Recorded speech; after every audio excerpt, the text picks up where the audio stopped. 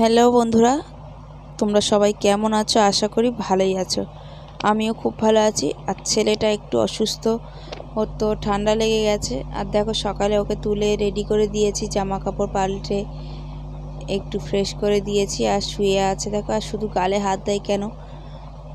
গালে হাত যতবারই নামিয়ে দেওয়া হচ্ছে ততবার হাত দিচ্ছে। আর আমার তো সব কাজ হয়ে গেছে।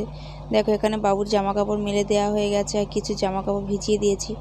আর রাতে তো প্রচণ্ড বৃষ্টি হয়েছিল, ঝড়ও হয়েছিল, পরিষ্কার করতে অনেকটা সময় লেগে গেছে উঠান। দেখো আর ভালোও লাগছে, একটু ভিজে ভিজে ভাব আছে। আর এগুলো তো আমি পানি ভরে রেখেছিলাম। বন্ধুরা দেখো, এখানে যেন দেখছি দুটো পিঁপড়ে মারামারি করছে। আমি এটাই ভেবেছিলাম, কিন্তু না, ওটা মারামারি করছে না। একজন মারা গেছে আর একজন টেনে নিয়ে যাচ্ছে।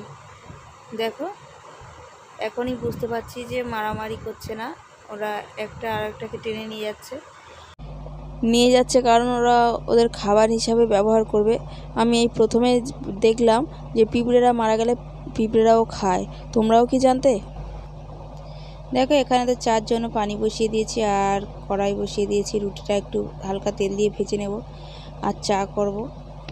আছে পানি হয়েছে একটু ঠান্ডা ভাব। দেখো দুধ তো ফোটানো হয়ে গেছে।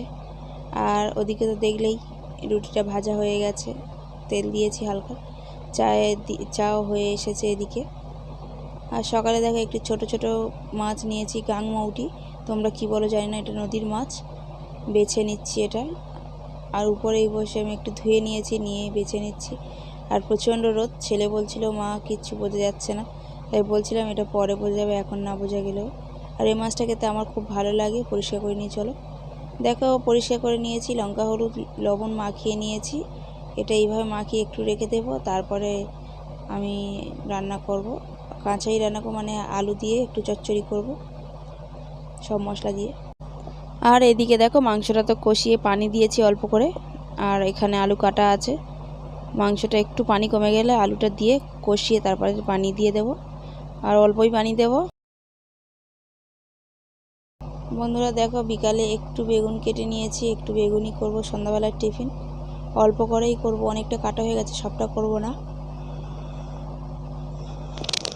দেখো আমি একটু একটু মোটা করে কেটেছি, খুব পাতলা, একদম পাতলা কাটিনি, কারণ দোকানের মতো অত আমার ভালো লাগে না, পাতলা বেগুন বোঝাই যায় না।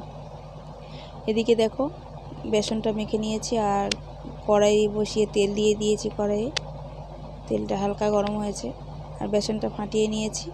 বেগুনও তো রেডি আছে, 3-4টে করব।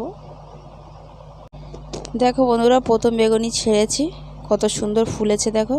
আর অনেকটাই বড় আর খুব সুন্দর ফুলেছে।